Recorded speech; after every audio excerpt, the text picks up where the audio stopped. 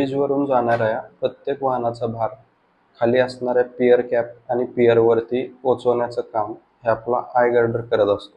तर I girder हा एक पुलाचा लोड कॅरिंग स्ट्रक्चरल पार्ट आहे. हा एक पार्ट बनवण्यामागं एका प्लॅनिंग इंजिनियरचा किती आणि कसा रोल असतो ते आज मी तुम्हाला दाखवणार आहे. तर हा आहे आय गर्डरचा बॉटम आणि साईड व्ह्यू. तर आय गर्डर कास्ट करण्यासाठी आपल्याला कास्टिंग यार्डची आवश्यकता असते आणि त्यातला महत्त्वाचा पार्ट म्हणजे कास्टिंग बेड. तर ते बेड किती लागतील हे डिझाईन आपण करू. आपल्याला टोटल 250 आय गर्डर्स बनवायचे आहेत. आपल्याकडे 8 महिन्यांचा वेळ आहे.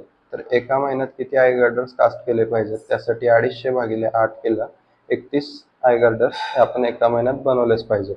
त्यासाठी आपण 29 दिवस हे वर्किंग डेज पकडलेत एका महिन्यातले. एक आय गर्डर कास्ट करण्यासाठी 12 डेज लागतात. 12 डेजचे टाइम सायकल आहे. मग आपल्याला नंबर ऑफ बेड्स हे किती पाहिजेत 250 आय गर्डर 8 महिन्यामध्ये बनवण्यासाठी.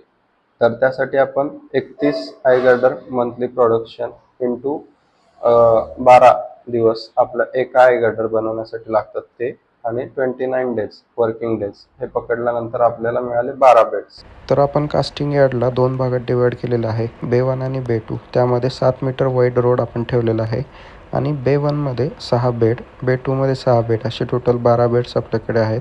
कास्टिंग यार्डचा हा क्रॉस सेक्शन आहे ज्यामध्ये आपल्याला 3 आय गर्डर्स कास्ट होताना दिसत आहेत. त्यामध्ये 1.3 मीटर गॅप आपण ठेवलेला आहे साईड शटरला सपोर्ट लावण्यासाठी. हे आपलं ॲक्च्युअल कास्टिंग यार्डचं काम चालू झालेलं आहे ज्यामध्ये बेड प्रिपरेशन सध्या चालू आहे, कॉन्क्रिटिंग करत आहेत. तर बेड हे तयार झाल्यानंतर आपल्याला कसे दिसतील तर हे आपले बेड आहेत ॲक्च्युअल. तर कास्टिंग यार्डमध्ये बेडच्या शेजारी 7 मीटरचा रोड आपण ठेवलेला आहे.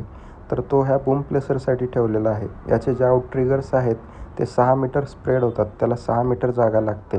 कॉन्क्रिटिंग करण्यासाठी आपण 7 मीटरचा रोड हा बूम प्लेसरसाठी सोडलेला आहे. इथे आपण 36 मीटरचा बूम हा कन्सिडर केलेला आहे.